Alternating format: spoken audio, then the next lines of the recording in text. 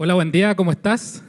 Un gusto nuevamente compartir contigo. Para los que no me conocen, mi nombre es Jan Singa en verdad, pero Jan para los amigos, así que siéntense libres de decirme Jan.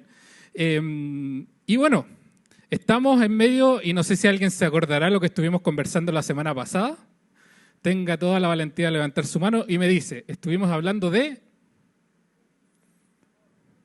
Más fuerte. Acerca del amor. Y dijimos y vimos a través de la Biblia y a través de lo que el mismo Jesús dijo, que lo más importante por sobre todo, lo más importante que resume toda la ley es el amor.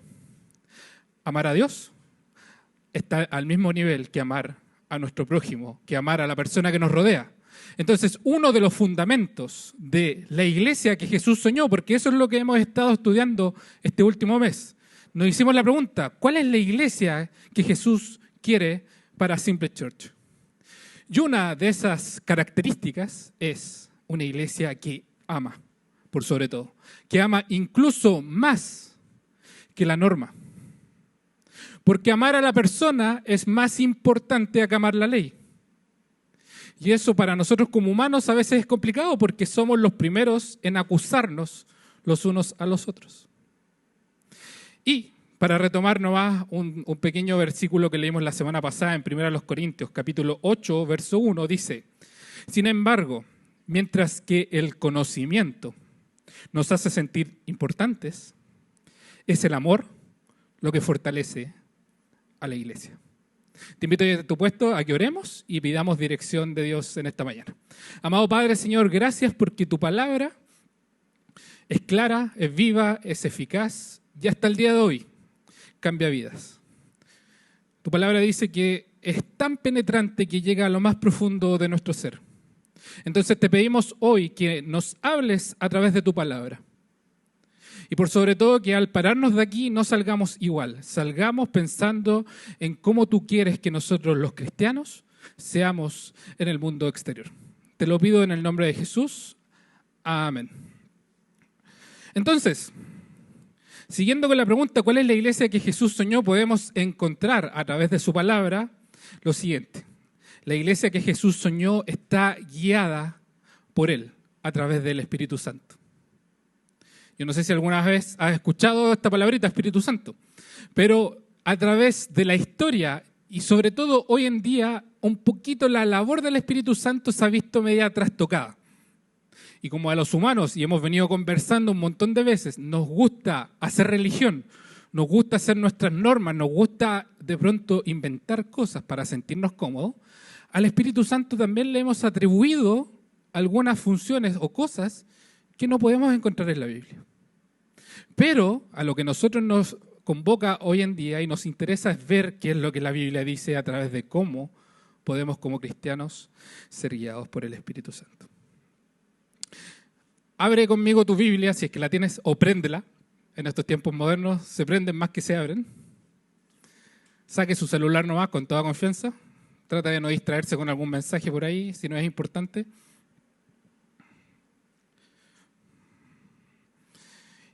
Y vaya a el Evangelio de Juan.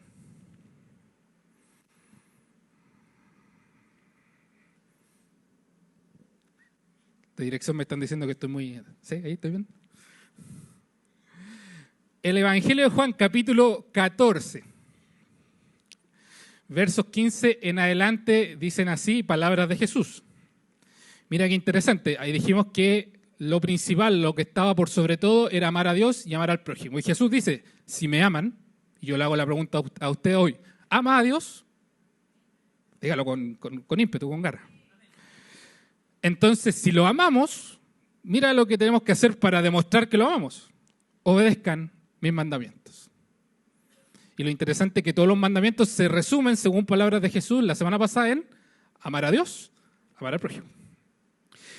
Y dice, como consecuencia de esto, yo le pediré al Padre, y Él, Dios, les dará otro abogado defensor. No sé qué versión de la Biblia usted está leyendo, yo estoy leyendo de la Nueva Traducción Viviente, y hago un paréntesis pequeño. Leemos de la Nueva Traducción Viviente solo porque entendemos que queremos entender la Biblia en un lenguaje sencillo y actual. Ahora, hay estudiosos de la Biblia, si usted quiere contextualizar todo esto, que van a decir, hay algunas versiones que son un poquito más apegadas al original que otras. Usted sabrá que la Biblia no fue escrita en español. Y al traducirla, obviamente esas traducciones tienen carencias de palabras exactas o entendibles para nosotros en el español. Leemos de la Nueva Traducción Viviente porque es una buena versión para entenderla cuando la estamos leyendo en comunidad. Pero eso no quita que existan traducciones de la Biblia que tengan un mensaje, una palabra un poquito más teológica si a usted le gusta, para que no se haga problemas de por qué estamos leyendo de la Nueva Traducción Viviente. Cierro el paréntesis. Y yo le pediré al Padre y Él les dará otro, y a lo mejor a usted le suena consolador. ¿Ha escuchado aquello, cierto? Esa es la palabra típica que uno aprendía de aquello. Mira lo interesante acá, lo traduce como abogado defensor.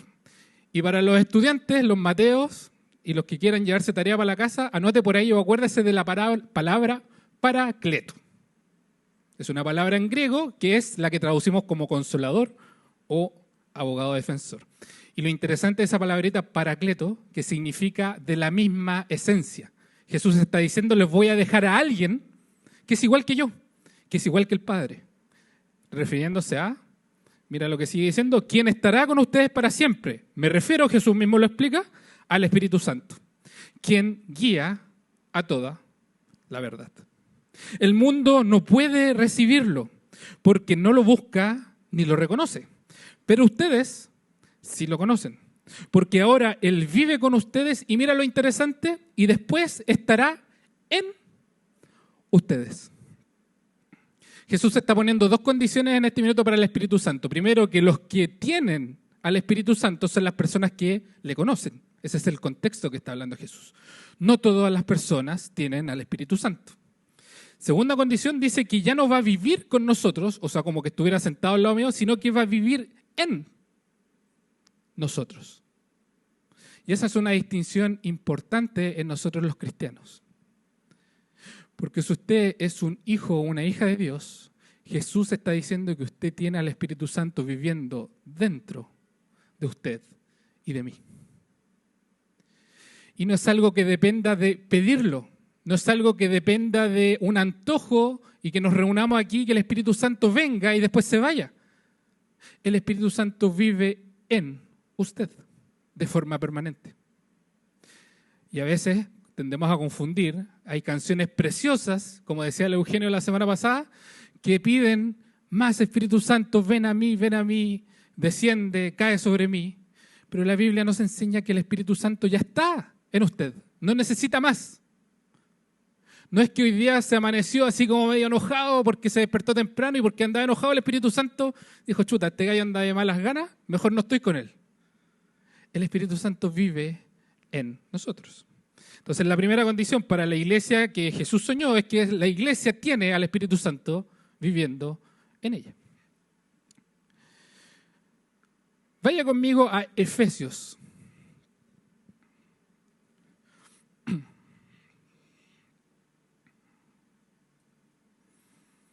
Efesios capítulo 1.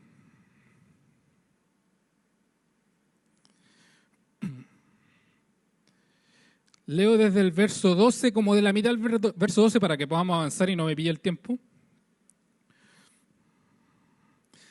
Busque donde dice, y ahora ustedes los gentiles, refiriéndose a las personas que no son judías, y ahora ustedes los gentiles también han oído la verdad, la buena noticia, el evangelio, de que Dios los salva. Además, cuando creyeron en Cristo, Dios, y mira la condición para esto, cuando creímos en Cristo, Dios los identificó como suyos al darles el Espíritu Santo, el cual había prometido tiempo atrás, Juan 14 que acabamos de leer. El Espíritu es la garantía, es el sello quizá dice su traducción, ¿cierto? Es la garantía que tenemos de parte de Dios, de que nos dará la herencia que nos prometió, la vida eterna, y de que nos ha comprado para que seamos su pueblo. Dios hizo todo esto para que nosotros le diéramos gloria y alabanza. El Espíritu Santo es lo que garantiza, es lo que muestra, es lo que es el código de barras y estoy obviamente haciendo una broma, cuando esté, dicen San Pedro en la puerta, ¿cierto? Va a estar con un código leyendo y decir, ¿tiene el Espíritu Santo? Adelante. El Espíritu Santo es un sello y en la antigüedad los reyes tenían el sello del rey. No sé si han visto alguna serie, alguna película donde el gallo con una velita derrite un cuento y le pone el sello encima y mandaba una carta. Y la carta era oficial del rey porque llevaba el sello del rey. Entonces Pablo está utilizando el mismo símil que en esa época tenían reyes y lo entendían, diciendo, Jesús, en el momento en que es tu Salvador, ha puesto un sello en nuestras vidas, el Espíritu Santo. Entonces ese sello, lo curioso, que nadie podía removerlo, era un delito para muerte en la época del rey. Si alguien se atrevía a romper el sello del rey, inmediatamente era muerto. Usted y yo, si somos salvos, tenemos la garantía de que si hoy mueres, vas a ir al cielo. ¿Se entiende que el Espíritu Santo está en ti de forma permanente? Entonces, bueno, es un motivo para celebrar porque si no es por el Espíritu Santo, no somos salvos, porque es la garantía de nuestra salvación. Y Jesús dijo, yo me voy. Y todos se pusieron tristes, sus discípulos dijeron, chuta, vamos a quedar desamparados. Pero Jesús dijo, voy a dejar al Paracleto, a alguien que es igual que yo, para que te acompañe y sea tu abogado defensor. Nadie puede acusarte de nada, porque nuestro abogado ya nos ha limpiado de todo pecado. Entonces, con eso como base, lo que me interesa ahora es decir, bueno, tenemos el Espíritu Santo obrando en nosotros, fantástico. Tenemos la garantía de ser salvos, pero no se queda ahí. Anda conmigo a Gálatas.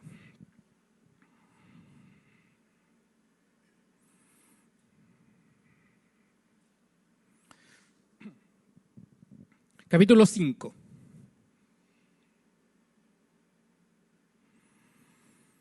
Y lo que me encanta de la Biblia en toda esta serie introductoria que estamos haciendo es que simplemente estamos tomando pasajes, leyéndolos, y la misma Biblia nos está hablando. No hay necesidad de que yo les tenga que explicar 20.000 términos, porque la Biblia es clara y directa.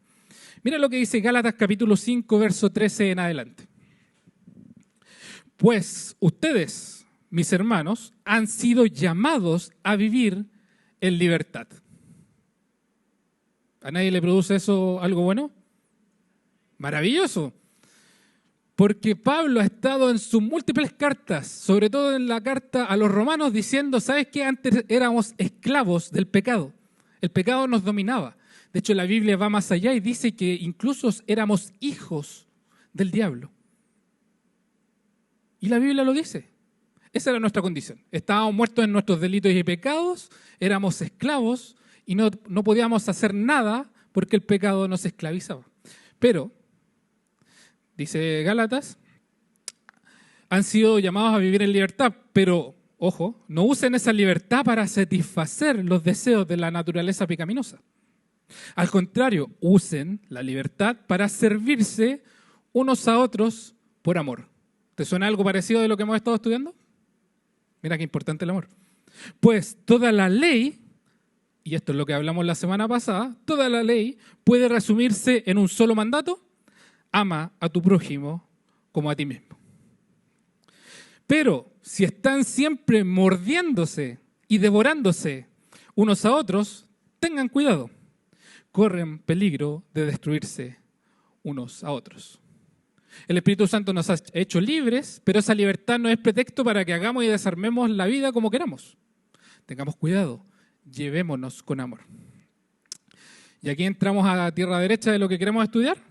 Por eso les digo, verso 16, dejen que el Espíritu Santo los guíe en la vida.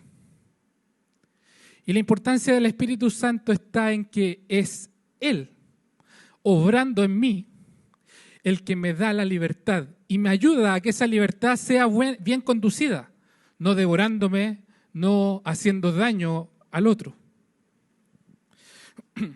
¿Le sonará a usted un verso que está ahí en Efesios capítulo 5? Lo leo para usted para que no lo busque. Así que tengan cuidado de cómo viven, no vivan como necios, sino como sabios. Saquen el mayor provecho de cada oportunidad en estos días malos. No actúen sin pensar, más bien Procuren entender lo que el Señor quiere que hagan. Y este es el consejo: no se emborrachen con vino, mira qué buen consejo, porque eso les arruinará la vida. Y el contraste a lo que produce la borrachera con el vino, ¿qué produce la borrachera con el vino? No tener control de sus acciones, ¿cierto? Por lo que me han contado. Cuando uno está pasado de copas, pierde el control de su mente, pierde el control de sus acciones y es donde literalmente uno se manda en barra. Y el contraste de eso está en que no se emborrachen con vino porque eso les arruinará la vida. En cambio, sean llenos del Espíritu Santo. Sean, en vez de alguien descontrolado como lo que hace el alcohol, sean alguien controlado por el Espíritu Santo. Estábamos, ¿cierto?, en Gálatas, por eso les digo, dejen que el Espíritu Santo los guíe en la vida, que los controle. Y sigo en el verso 16. Entonces no se dejarán llevar por los impulsos de la naturaleza pecaminosa.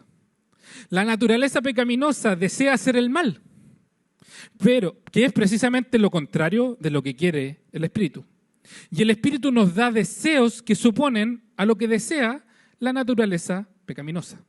Estas dos fuerzas luchan, dice la Biblia, constantemente entre sí. ¿Y te diste cuenta de lo interesante? ¿Quiénes son los que luchan? ¿Eres tú? Es el Espíritu Santo que controla tu vida, el que lucha contra mi naturaleza pecaminosa y tu naturaleza pecaminosa. No soy yo, porque si es por mis fuerzas y depende de mí, chuta, más que luchar, yo creo que sería aliado de la naturaleza pecaminosa. Pero el Espíritu Santo es el que me ayuda y es el que lucha por mí. Estas dos fuerzas luchan constantemente entre sí, entonces ustedes no son libres para llevar a cabo sus buenas intenciones. Pero cuando el Espíritu los guía, ya no están obligados a cumplir la ley de Moisés. Cuando ustedes siguen los deseos de la naturaleza pecaminosa, los resultados son más que claros.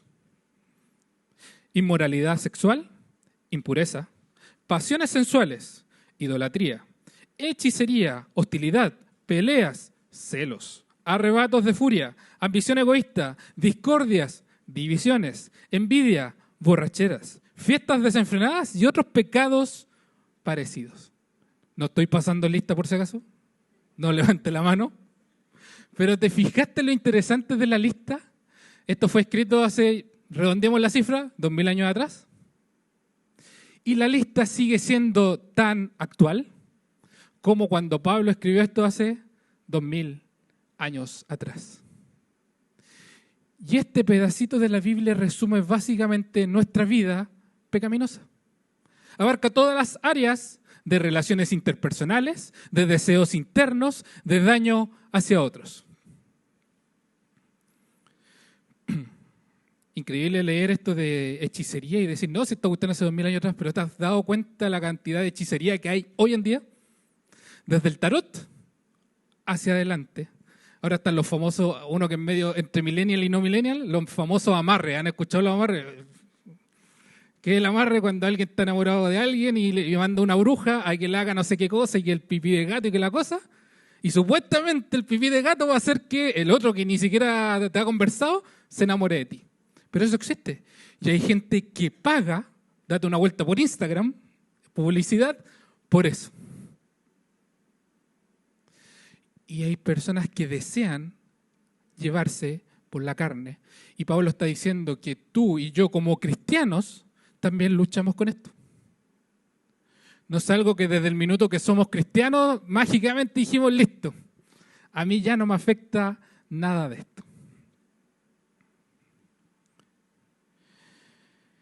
Permítanme repetirles lo que dije antes, dice Pablo. Cualquiera que lleve esa clase de vida no heredará el reino de Dios. Y aquí te hago un pequeño paréntesis porque alguno dirá, recórcholis. Significa que si yo arrastro todavía mi naturaleza buena para el trago,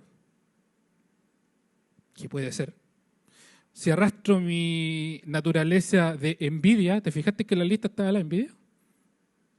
Y yo creo que eso es un poquito más común de lo que la borrachera quizá pueda hacer en mi vida. ¿Te diste cuenta de que hay ambición egoísta? ¿Arrebatos de furia? ¿Quién no se ha enojado en el último mes? Y ese enojo se ha pasado de la raya y se volvió en un arrebato de furia. Entonces significa que si yo me enojé en este mes y me arrebaté mucho, ¿no voy a heredar el reino de Dios? Y leímos antes que el sello, el Espíritu Santo, no se rompe. Pablo lo que está queriendo decir es que las personas que practican esto, ¿quién es alguien que practica, que pasa toda su vida en esto? Porque si hay un Espíritu Santo luchando por nosotros, significa que esa lucha el Espíritu Santo la va a ganar. Y significa que tú puedes de vez en cuando caer en el arrebato de furia, pero si el Espíritu Santo vive en ti, el Espíritu Santo va a trabajar en tu pecado, en tu vida, y te va a permitir que esto no sea una cuestión de todos los días, sino que a lo mejor va a empezar a ser una vez a la semana. Y si yo permito más control del Espíritu Santo en mi vida, a lo mejor va a ser una vez al mes. Y va a llegar un punto en la Biblia dice en que esto ya no va a ser una práctica en mi vida. Pero está diciendo, los que practican estas cosas, los que viven, los que no están dominados por el Espíritu Santo, los que no son creyentes, son personas que no van a heredar el reino de Dios. Te hago ese paréntesis para que no te vayas para la casa diciendo, chuta, ¿será que la salvación se pierde? Entendemos por la Biblia enérgicamente y a ojos cerrados, y nos podemos sentar si tiene alguna duda, que como Pablo también dice, no hay nada que nos pueda separar del amor de Dios. Ni lo alto, ni lo profundo, ni huestes celestiales, ni el pecado, nada, dice la Biblia, que nos puede separar del amor de Dios. Así que váyase tranquilo para la casa, usted su salvación no la puede perder por nada. Sigo con ustedes en el versículo 22. Mira, el contraste, y esto es lo que me encanta de la Biblia, como que les decía, esto es bien gráfico, explícito y no necesita mayor explicación.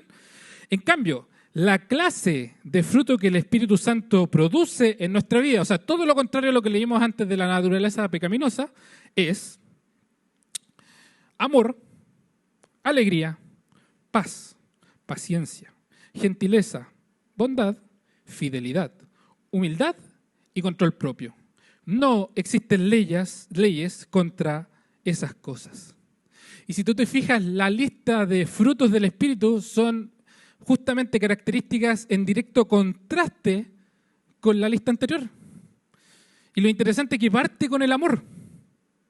Porque leímos también en el mismo pasaje que el amor es la base que desprende después todas las otras consecuencias del Espíritu Santo morando en mi vida. Entonces, si tú quieres preguntarte, ¿será que el Espíritu Santo está controlando mi vida? Ve esta lista y anda con un ticket diciendo, ¿hay amor en mi vida? ¿Hay alegría? ¿Hay paz? ¿Paciencia? ¿Hay gentileza? ¿Habrá bondad, fidelidad, humildad y control propio? Y esta es una buena lista para hacer un autodiagnóstico personal en tu vida y decir, creo que estoy haciendo algo mal con el control del Espíritu Santo, porque esto lo produce el Espíritu Santo. No su psicólogo, no su terapia, no los libros de autoayuda que están dando vueltas, no yo, no esta iglesia, es el Espíritu Santo y su control sobre mi vida y tu vida, la que va a vencer a la naturaleza pecaminosa. Y a veces queremos nosotros hacer las cosas por nuestros medios y ahí es donde muchas veces nos caemos. Porque es más fácil creerle al libro que estamos leyendo, de sea quien sea, que no está mal que usted lea otras cosas que no sean la Biblia. El tema es que mi confianza la termino depositando en las flores de Bach y en el Reiki y en las terapias alternativas y en lo que otras personas dicen. Pero tenemos una fuente inagotable de sabiduría, entendimiento y cómo ser controlados por el Espíritu Santo aquí. Lamentablemente, les partí diciendo al principio, hay personas, han habido iglesias y quizá tú y yo hemos cometido el mismo error de darle al Espíritu Santo algunas características que la Biblia no menciona. Y algunos deseamos, y de buena voluntad lo deseamos, decir, quiero que el Espíritu Santo se manifieste en mi vida.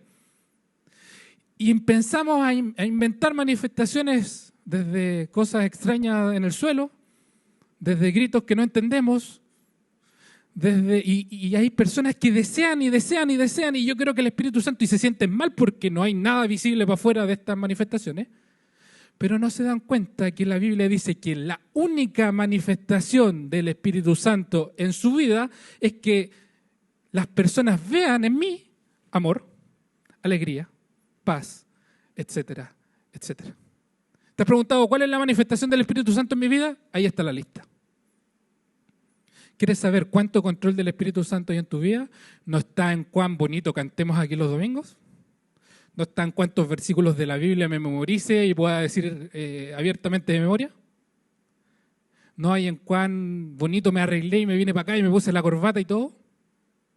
No hay una manifestación del Espíritu Santo en el tamaño de mi Biblia, ni en cuán rayada esté, ni cuán destacada esté. Qué maravilloso que la puedas estudiar. Pero si eso no se traduce en que el Espíritu Santo está controlando tu vida, no eres y no somos y no soy parte de la iglesia que Jesús soñó. Porque Jesús lo que quiere es personas que sean controladas por el Espíritu Santo y no por los deseos de la carne. Y esa lucha es complicada. Y en esa lucha yo he perdido muchas veces en mi vida. Y te aseguro que esa lucha también la has perdido muchas veces en tu vida. Sea en secreto, sea en público, haya afectado a otras personas, te haya afectado a ti, esa lucha la hemos perdido. Pero la gracia de Dios, y la gracia es algo inmerecido, porque si lo mereciéramos, estaríamos en problemas. Por eso el concepto de gracia es un regalo inmerecido. La gracia de Dios me tiene parado aquí y lo tiene a usted ahí sentado hoy en día. A pesar de lo que yo soy, a pesar de mi pecado, a pesar de tantas veces que defraudé a Dios, a pesar de que quizá no haber leído la Biblia hace años, a pesar de haber pecado por mucho tiempo, la gracia de Dios dice, si tú eres un hijo o una hija de Dios, el Espíritu Santo sigue viviendo en ti, sigue viviendo en mí, y es la garantía, y es quien puede ganar la batalla que estás luchando.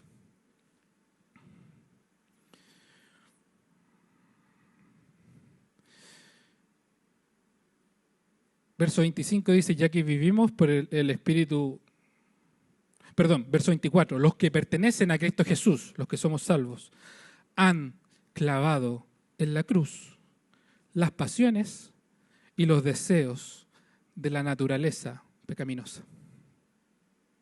Y los han crucificado allí. Ya que vivimos por el Espíritu, sigamos la guía del Espíritu en cada aspecto de nuestra vida. No en algunos, no solo en los aspectos de nuestra vida que se relacionan en una iglesia, no solo cuando me están viendo otros cristianos. Cada aspecto de nuestra vida debe ser guiada por el Espíritu Santo. Y un buen consejo que necesito practicar en mi vida y que te doy a ti, pregúntale a Dios en cada paso que tú des. No solo en lo que tú consideras importante, porque créeme que hay pasos pequeños, insignificantes humanamente hablando, que pueden generar una tremenda bendición a otros o ser lamentablemente algo que devore a otras personas. Efesios 4:30, y con esto termino. No entristezcan, dice la Biblia, al Espíritu Santo de Dios con la forma en que viven. La Biblia está diciendo que lo que hagamos termina afectando a cómo el Espíritu Santo controla a nuestra vida. Recuerden que Él, el Espíritu Santo, los identificó como suyos y así les ha garantizado que eres salvos el día de la redención. Quiero invitarte esta mañana y quiero hacerte dos preguntas. Si puedes cerrar tus ojos, quiero acompañarte a orar. Invitarte también a pensar, ¿qué áreas de mi vida no están siendo controladas por Dios? ¿Será que llegué a tal punto de pensar y decir, oye, yo tengo este trabajo y me siento importante porque tengo este ingreso de dinero y yo he logrado eso? A lo mejor tú estudiaste algo, estuviste en una universidad, te has esforzado tu vida como trabajador y dices, mira hasta dónde llegué. Quizá tienes una bonita familia súper sólida y piensas en que los esfuerzos que tú haces por esa familia son los que la mantienen así. Quizás has pensado en que tu vida está impecablemente en una situación extraordinaria como nunca antes has estado y quizás has pensado, esto lo he construido yo. O quizás estás viviendo todo lo contrario. Quizás no tienes trabajo, quizás te has esforzado mucho en tu vida y dices, estoy estancado aquí en lo laboral, en lo económico. Quizás tu familia está un poco desarmada. Y quiero ir un poco más allá. Quizás estás viviendo en pecado. Quizás estás practicando algún pecado que no te deja, que tú dices, no puedo contra esto. Y vez tras vez caigo y caigo y caigo.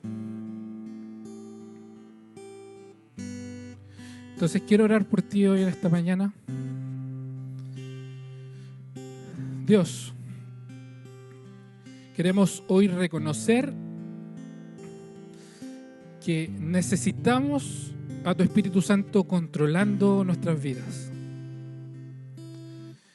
Necesito dejar de ser autosuficiente y pensar en que yo puedo solucionar mis problemas. O dejar de pensar en que todo lo que tengo, todo lo que soy y todo lo bonito que me rodea lo he conseguido yo gracias a mi esfuerzo. Y Dios, quiero primero pedirte perdón si hemos tenido esa actitud en nuestras vidas. Quiero pedirte perdón si es que te he dejado de lado en las decisiones de mi vida.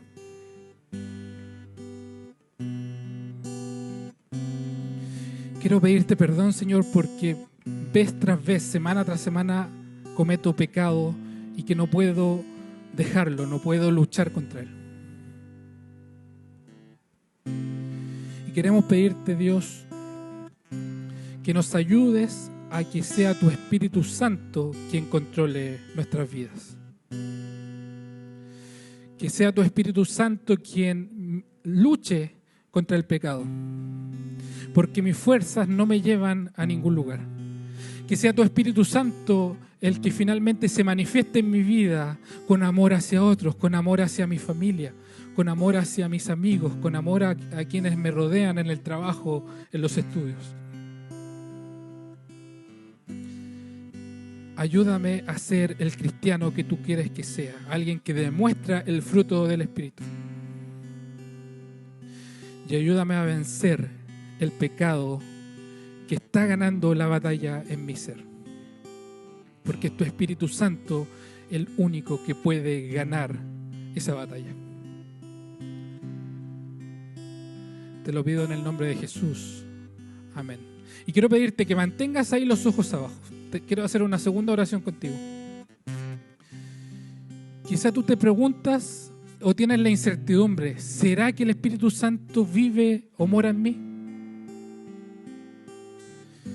Quizá nunca había entendido esto, quizá nunca había entendido que Jesús salva. Quizá toda mi vida fue una vida en que yo fui a una iglesia porque me llevaron, porque desde niño me llevaban mis padres hacia allá, pero nunca tomé una decisión personal. Y la Biblia enseña de que tú y yo somos pecadores, lo acabamos de leer. Y la Biblia también dice que el pecado trae una consecuencia. Es la muerte, es la separación eterna de nosotros los humanos con Dios. Y quizá te preguntas, ¿sabes qué? Yo peco, tengo una mala vida, no veo ningún fruto en lo que ha sido mi vida en una iglesia. Entonces hoy quiero invitarte a que puedas hacer una decisión personal. No una decisión de una emoción, no porque estás en un grupo de personas que te están mirando. quiero invitarte a que hoy pueda ser el día en que Jesús perdone tus pecados y el Espíritu Santo venga a vivir en ti. La Biblia dice que si nosotros confesamos nuestros pecados, Dios es fiel y justo para perdonarnos y limpiarnos de toda maldad. Y eso se logra creyendo en el sacrificio que Jesús hizo en la cruz, porque Jesús murió en la cruz para perdonar mi pecado y tu pecado. Entonces, si en esta mañana tú quisieras que Jesús venga a salvarte, que el Espíritu Santo sea quien venga ahora a vivir en tu vida, te invito a que sigas esta oración conmigo. No es algo místico, no es algo religioso, no lo hagas por una presión, hazlo con entendimiento, hazlo con certeza, hazlo con fe. Te invito a repetir después de mí. Señor Jesús, reconozco que soy un pecador. Reconozco que no puedo hacer nada para vencer al pecado. Y creo que Jesús murió en la cruz en mi lugar. Creo que Jesús murió para perdonar mis pecados. Acepto a Jesús como mi Salvador personal. Y quiero que el Espíritu Santo venga a vivir en mí. Te lo pido en el nombre de Jesús. Amén. Mantén tu cabeza abajo. Si hiciste esta oración, me gustaría solo saberlo para conversar contigo. Si hiciste esta oración, levanta tu mano. No hay nadie mirando. Levanta tu mano. ¿Puedo ver tu mano? Amén. La Biblia dice que hoy es el día de salvación. Que hoy es el día en que el Espíritu Santo viene a vivir en tu vida. Y la Biblia dice que a los que recibieron, a los que creemos en su nombre, nos da el poder de ser llamados hijos de Dios. Ponte en pie. Y ayúdame a darle un aplauso fuerte a esas personas que levantaron su mano, porque la Biblia dice que hoy hay fiesta en el cielo. Bienvenidos a la familia de Dios.